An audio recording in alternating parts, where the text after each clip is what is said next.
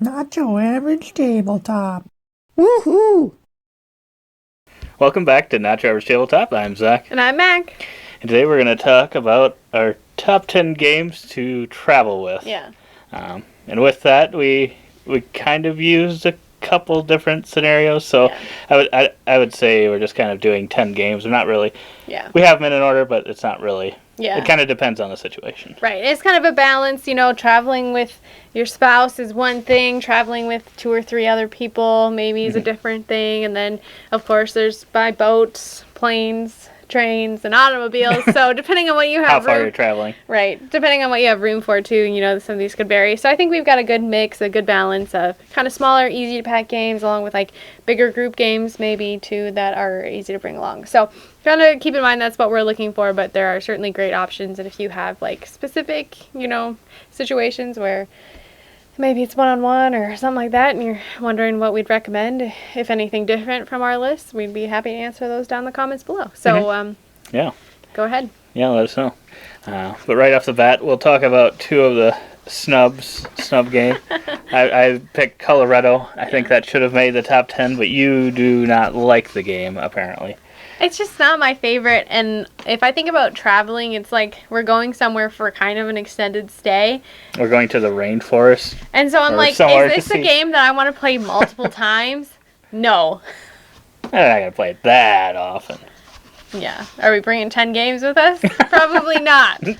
No, but I don't are we going to be playing games the whole time? Probably not. But I don't want to play Coloretto 2 times, or if I'm stuck in an or even one, or if I'm stuck in the airport, it's not the game I want to have to play. Wow. It's fine, but it's just not a replayable one for me. As much as some of the other ones. I think it's pretty solid. It's a set collection game, and you're just kind of trying to, you're kind of playing chicken with your opponent a little bit. Yeah. Sure. I like it quite a bit, and it's quick. It can be. So I think it's quicker than this one. Yeah, probably. My sub was Claim, and this is a trick-taking set collection game.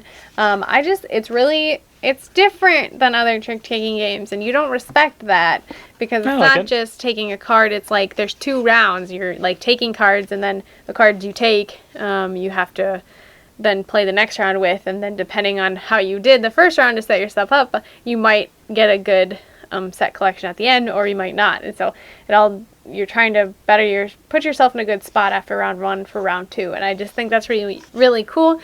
I feel like it is replayable because it does have multiple sets of characters because we've got Claim 1 and Claim 2 in here. And so I feel like it's got different sets that you could do. But for some reason, Zach doesn't like this trick-taking game as much as I do. So it's good. Just not my favorite trick-taking game. Yeah. But it's good. But then we'll get into our actual top 10.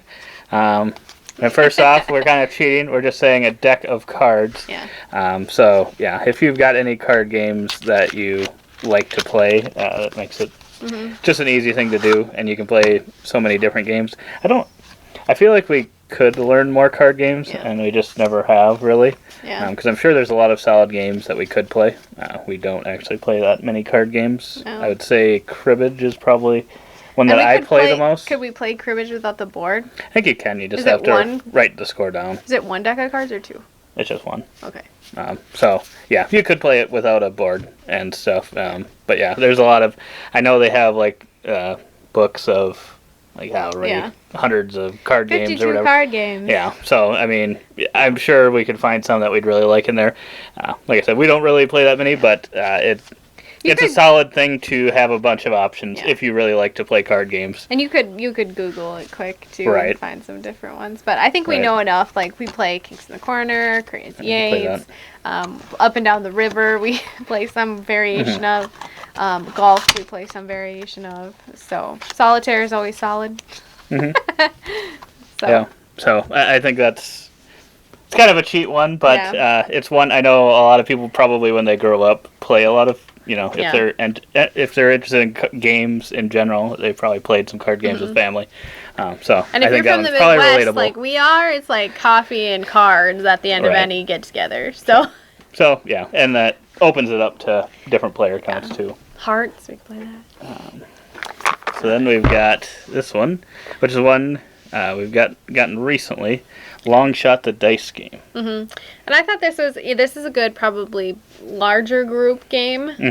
You could still do it at 2 players, but I just think it's really snappy. It's probably really easy to pick up, so no matter who you're playing with, I mean, literally you're just betting on horses, and there's, some finer pieces to it, but it's not difficult.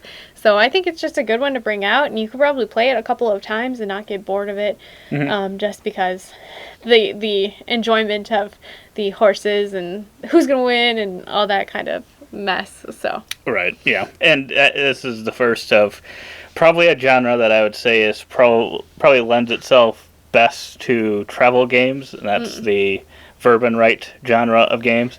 So this is maybe the first of maybe a couple. But yeah, I think this one would be one where if you're going to be in a group of maybe like 4 to 6 people or something, I think it plays up to 6, right? you just move the box. And I was gonna look. It goes up to 8, 1 to 8. There we go. So if you're going traveling with a group of 8 people, you can even play this one. There you go. Pick up some friends along the way. I'd agree that's where I thought this one would. And it feels a little bit different because you're doing some bidding and stuff. So. Yeah. And it's got a Got a small little more enough meat to it. box. You could probably fit it in.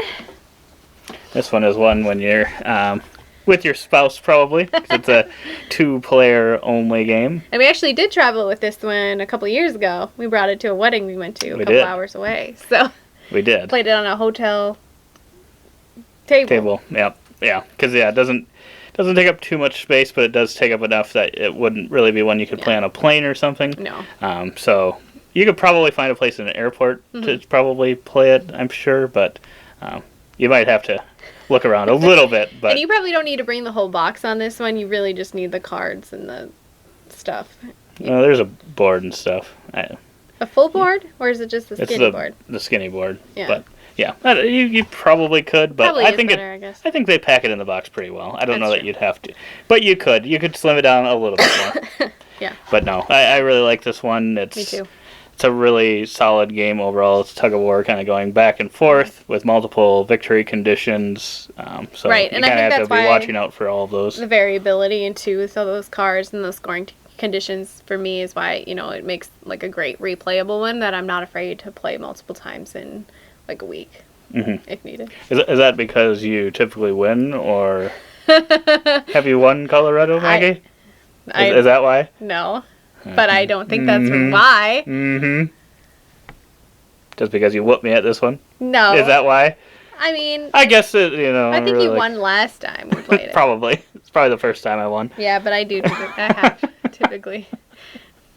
She just loves that she can beat me in multiple ways. Just satisfying. Okay. Yeah, Michaela, I'm pretty sure you've Michaela used different wins methods. One game, and I'm pretty sure you it's helped pretty me. good. And I like this one. I think I like it better than the original 7 Wonders game. But yeah, good one. Very solid one. Oh boy. This one was one. I really questioned you on this, and I was like, these are Wow. such big boxes. Yeah. I don't know, but Yeah, and this is another one that I was just thinking replayability wise, I guess, if you really were wanting to play multiple times. Yeah. And I was thinking this one was more of like if you, I don't know, this one's more of like you're not traveling as far in my mind, where you're maybe going to stay away at a B&B or something that's a couple hours away, trying to get away, and maybe one of the activities you wanted to do was play some games or something. I thought this one could be good for that, because I think if you just took say you had a bunch of sets of this like we do, you could probably fit kind of a couple of the boards in the box and a bunch of the characters, so you can kind of have a bunch of different options of playing. because 4 is not enough. Right. But no, this one's one that, especially me, have gotten into playing, and you as well. Yeah. More and more recently, and really like it. So I think that probably gives it a little bit bit of a push. I'd like it more if they started going back to literary characters, but now it's all Marvel this and Marvel that. And That's here's Squirrel true. Girl. Well, I think they're trying to get that in, because I think their license ends at the end of 2023, so they're trying to get those I in see. while they have the license. I think that's why Oh, okay. they're trying to push all of those in right now. I suppose. And the rest of them are probably public domain, so. Right. All right. But yeah, I really, really love the game in general, and that's how I pictured this one. This is more of that type of trip versus maybe if you were traveling a long distance away. I mean, you could definitely make it work if you really like to. You 'Cause make I think any you could. game work, really. Because I think this one Yeah. also doesn't have that huge of a table presence, No. so you could do it in a. You could just probably. And this is probably another one that you could fit on an airport. It probably takes up about the same space as Seven Wonders Duel when you have. Yeah. Once you have those, at the beginning of each round. For Seven Wonders Duel, you have the cards set out. This probably ends up then taking up about the same amount of room compared to that when it starts. Maybe a little bit more, but not that much more. Because the boards aren't huge. Right. And then you're just kind of got your own cards and stuff, so it's not like you're taking up that much room. Yeah. So. You can play it. It'd be tight. I don't know that I want to play it on a plane, but... Well, not on a plane. At the airport, sorry. I see. Got you. Yeah, I don't think you'd play it on a plane. I might have misunderstood. You probably could, though. Yeah.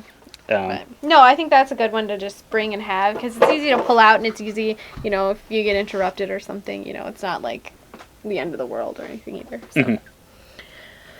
Now we've got Glasgow, which is another... It's a smaller box, so you could bring... I feel like this one... It's got kind of a bigger game to it, but you could bring this with it, if you're limited it for space in your suitcase or something, and you did want to bring maybe a game with a little bit more to it wherever you're traveling, I guess. Yeah. Whether it be, I don't know, overseas or anything like that. To Glasgow. Exactly. You could bring this one with and play it, I think. But it does have a little bit of a table presence. I think this one takes up actually more space than probably any of them so far. Yeah, it's a big rondel, and then you're building inside of the rondel. That's what makes it big. So it has to be. And what's the grid size? Like a 4x4. Mm-hmm. So yeah, it has to be kind of fairly, but it should be easy enough to play on like an airport or a coffee table or hotel table, and just kind of it's rondel, and it's kind of. Managing the resources, and then you're kind of building the different rooms and facing them towards who built them and stuff. I think that's really, really cool. Yeah. So it's a little bit different than kind of the other games that we've shown you so far, and kind of the ones coming up. So I just thought it was like a good, just different, probably cool to replay it, because the rondel can be set up in kind of any way. Mm-hmm. Yeah, just kind of however they show up. And we haven't played it a lot, so. Yeah, I'd like to play this one even more. But yeah, this is another 2-player only game, so keep that in mind as well. But yeah, I think so far all the games that we've mentioned are kind of all very different feeling. So if you were packing up and only wanting to bring board games, ditch the clothes, the different all games. Backpacks in his. You've got a bunch of good options so far, I think. Yeah. Which ones are we bringing to? I don't know yet. We will have to see, but this one... we have also brought on a trip, and we've played it on a plane, so it can be played on a plane. We can say that it can be played on a plane. That is Metro X, and this is another, so rail and write, I guess. But yeah, another verb and write game where you're kind of connecting routes, and this one kind of changes every game, kind of just based on how the cards come out. Yeah, and you can flip it to the other side to play the more challenging version of the game. So, and like you said, we brought this one to Vegas last year, and so it was good for the plane, and because you guys played that, and then I think we also, it was, small enough that we just brought it out and played it kind of in some downtime too when we were just at the conference in Vegas, and so. Yeah, it's a really fun, solid game.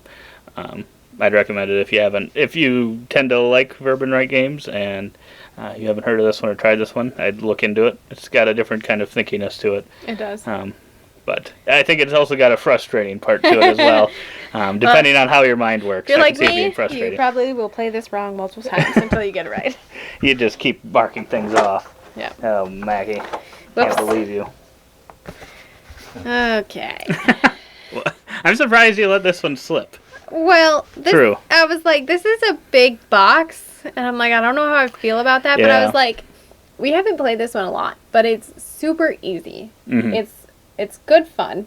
I think it's great for replayability, and we haven't played it that much. So for me, it's like, if we were going to a cabin or away for a couple of hours, like, this is one I'd bring easy, because I'd like to try it more, and it works good for me and you, or it could work good for me, you, and 2 other people. Yeah, I agree. That's why I was suggesting this one on the list, kind of in that situation. Yeah, the box does seem, it's slightly weird shaped, but it's pretty much, I think, to fit the board in there, which I don't know if you do need the board. I don't know if you could have made it smaller, if that would just make it then it kind of crowd it too much, I think. Yeah, it's a lot based of on dice. you know. So I don't know if that would work. So maybe it had to be this size, but it feels like you could fit it in a smaller box in my mind. But you couldn't. No. So yeah, that's kind of how I was thinking. I think it'd be a good game to bring to like a cabin or something, and it's a very approachable game for pretty much anyone, I would say. Just because it's got some pretty simple things. We should bring this on our trip in June. To the cabin. Oh, yeah. I totally forgot where we were going. I'm like, I don't know where we're going in June, but sure, we can bring it. You said yes, dear. Yes, dear. You're right. But no, that's a good point. Yeah. This one is a good one for That'd that. be good for that trip. So yeah, it's super and it's fun. Shem Phillips. Yeah. But it's a Z-Man game, so it's a little bit different. It's not Garfield games. Uh-oh. No, it's a good time. Uh-oh. Wow.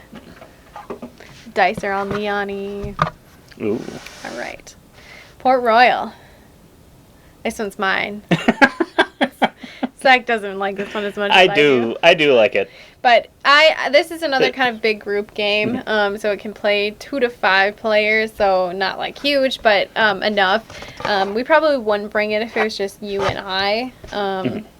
I think it plays better at the higher 4 or 5 players. But it's like a great kind of push your luck game, and I wouldn't be afraid to play it multiple times, like on a group trip or something like that. So it's tight, small. It's just literally a deck of cards, so you could take it out of the box if needed, and you'd be set to go. So I think it is a great travel game. Mm-hmm. Yeah, I would 100% agree because you could just take the cards out and put them in a even smaller thing than the box. The box is already small, but it is just a deck of cards. So yeah, you could probably find some smaller container to put it in. Yeah.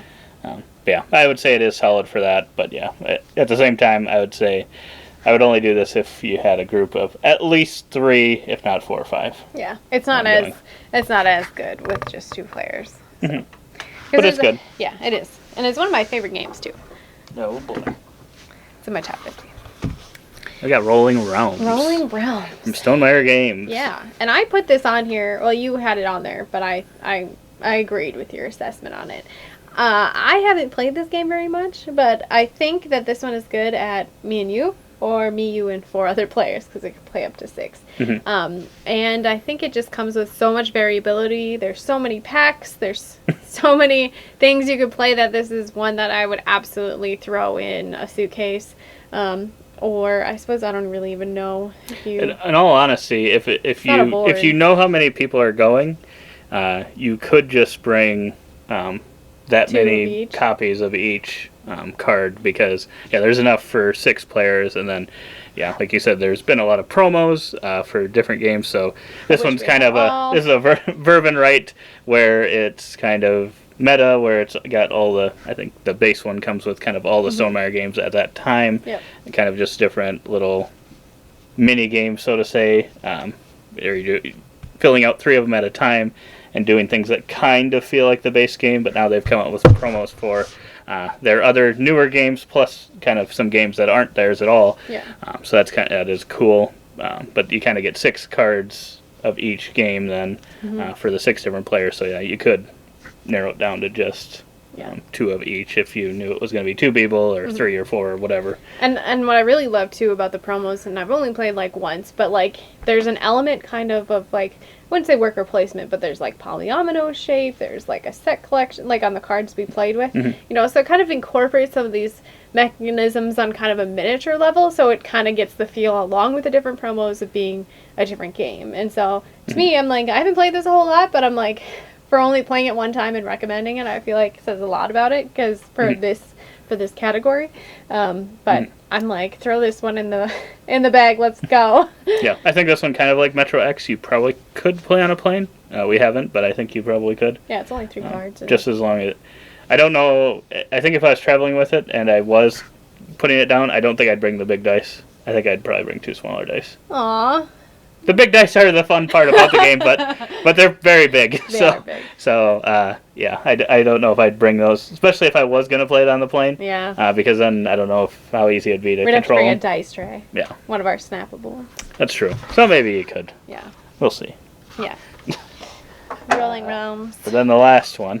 So last one, all right. Kind of the trick-taking game that I would pick. Saved it for last. The I fox, see what we did here. The fox in the forest. I'm just trying to prove how wrong she is. Wow. No. The Fox in the Forest is just a game that I really, really love. So I think that's probably what's hurt Claim a little bit. I really do like Claim, and I like the idea behind what you're doing, where you're winning tricks to use them later. Yeah.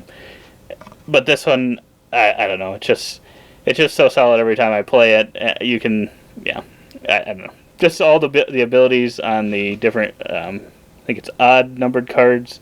I think they just all work really well. Once you've played it enough times, you kind of know how you can finagle them to get yourself to either maybe take a lot of tricks or not take a lot of tricks, or you attempt to anyway. Doesn't always work.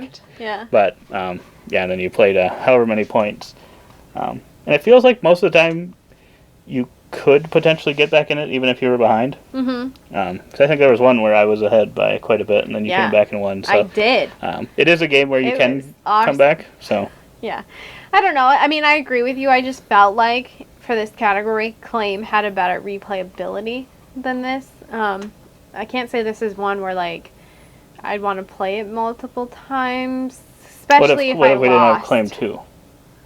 Yeah, but we do have Claim 2. What if you lost 2 times in a row? Well, I don't have a problem with that. Okay.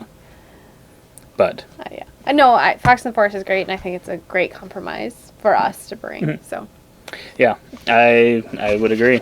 But yeah, so I think that kind of, depending on your situation of traveling or... And that one can be played on planes. So we've got some games that you can bring on a plane. We got some games that you can put in your suitcase. I think Claim probably can too. Yeah. In Coloretto, probably. Right, you don't got to limit yourself to 10, honestly.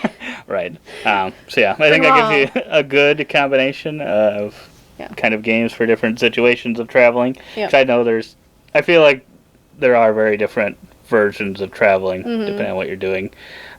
So yeah, let us know in the comments below what, because we may be hoping to take a trip overseas. Let us know.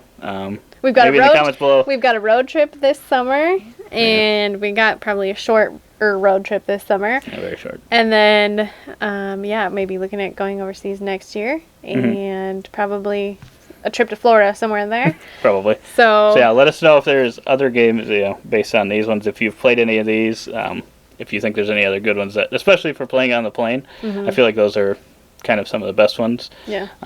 Let us know in the comments below what those ones are, or if there's other ones that you're like, oh, I always travel with this game. Definitely let us know. Won't catch me without it. And I guess another thing I did write on there are app games. So I think there are a lot of really solid board game apps out there now. So I think that's another thing that you could do, potentially. When I want to read on the plane, you can play Root on your phone. There we go. Awesome. But yeah, like I said, let us know below what games you bring on your trips. Otherwise, we hope to see you on our next video. And always, don't forget to keep on nibbling on our content.